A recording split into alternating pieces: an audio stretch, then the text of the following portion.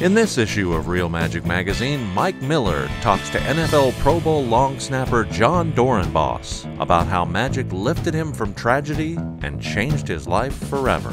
How did you get involved in magic? So, when I was 12 years old, I lived a normal life. We kind of had a Brady Bunch family. My dad worked for Microsoft. My mom volunteered at the school. And out of nowhere, my dad murdered my mother. And so I went into some foster care for temporary foster care, and then I moved down to Southern California where my mom's sister, my aunt, raised me. Susan, right? Yeah, Susan. And it was during that transition that I saw a guy named Michael Groves perform. He was 16 years old. Sponge balls in my hand was the first trick I saw. Then he did a match and he just looked at it and the flame went like 6 feet up and I was like, oh my gosh. He did the David Roth portable hole. Mm-hmm. He did a matrix, 4 cards, 4 coins. And it was by far the coolest thing I'd ever seen. And at that time in my life, when I was kind of bouncing around, it was something, Michael Groves took me to Seattle. I got JB Bobo, the coin magic book, yeah, and he got me some sponge balls. And I just started learning moves. I didn't do a trick for probably a year and a half, 2 years. And I just started learning moves and I wanted to figure out what I wanted to do because I knew I was serious into magic. I knew I wanted to do it. And that's how I got into it and I've been doing it ever since. So a tragedy, magic helped change your life forever, basically. Yeah. Because of a tragedy that you had to deal with. You know, I've been very, very fortunate. Football has taught me a lot about myself, and so has magic on a very personal level. And at the darkest time in my life, or one of the darkest, magic was something that I could sit in a room and I could be happy.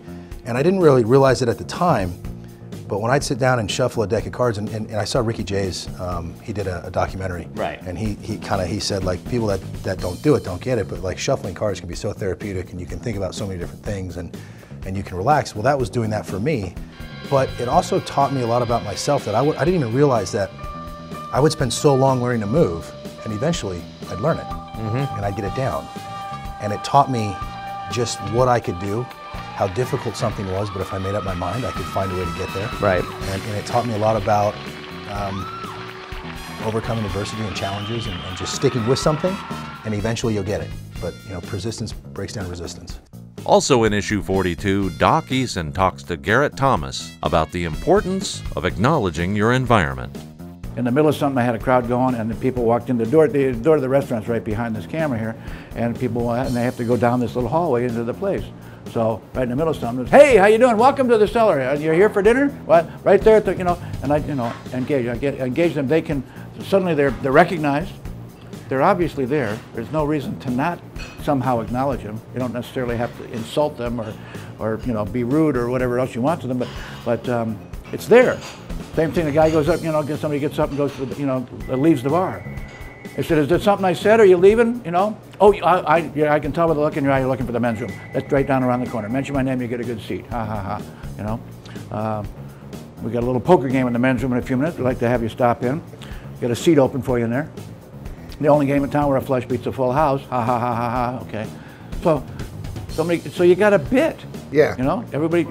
So why not use everything that you've got going here? Kainoa Harbottle shares how the structure of the Japanese tea ceremony relates to magic. Christian Painter picks up some vibrations. Tyler Erickson continues his series on the false transfer with freeing the hand and destination motivation.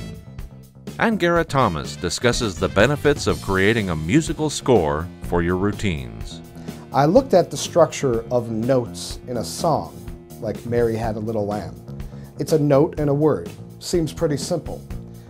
But then I looked at a full composition where you have the violin parts, the bass parts, the flute parts, where a conductor would have to look at all these different layers and still keep it all in time. I realized that magic is a lot like that there's a lot going on. It's not just a voice and a note. It's not just one level of stimuli. There's a lot of things that are happening. You have your words, you have your actions. Not only do you have just normal actions, but you have secret actions as well. Then you have what you want them to see and what you want them to think and feel. Then you have your own expression, your own emotion. So what I did was I took that look of the conductor's sheet music and I decided to line up one of my favorite tricks the way a conductor would. In this edition, we have 5 tricks to teach you. 3 from Liam Montier, one from feature magician John Borenbos, and one from John T. Sheets. And I'd like to show you something that goes along with the crazy man's handcuffs. I call it band fusion. You start with the bands apart and they melt together, and without any moves, they melt back apart. All this and much, much more